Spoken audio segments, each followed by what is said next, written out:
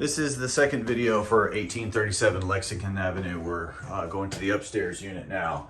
A little bit of a challenge to my brain this morning. I'm trying to figure out where the entrance to this is. So it's an external entrance to this upstairs portion of it.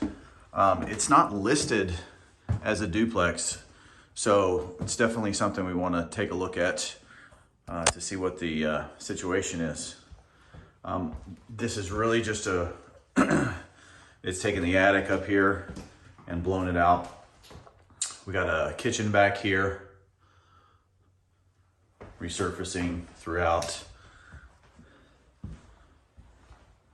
Several rooms up here. All of them are pretty well compromised because of the roof. So while this is separate unit for sure, I don't know that any of this is really considered by because the height of everything livable space. This certainly is far too tiny.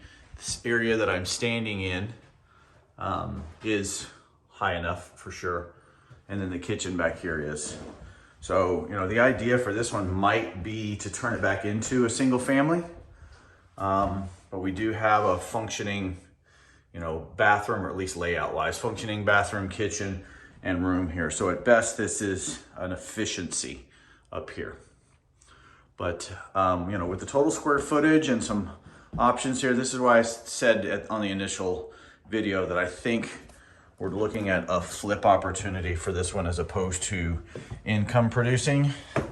Location really dictates that a lot. The configuration of the property really dictates that a lot. It's also why you'll see, if you take a look at the history on this one, that it was listed previously and then that listing expired and now it's been lowered. I believe it was initially listed at 140. So let's run some numbers on this one. Let's get creative and talk about this. Probably, you know, don't get a lot of opportunities in the Fountain Square area. So if we can make it work, let's definitely do it. Give us a call. Thanks.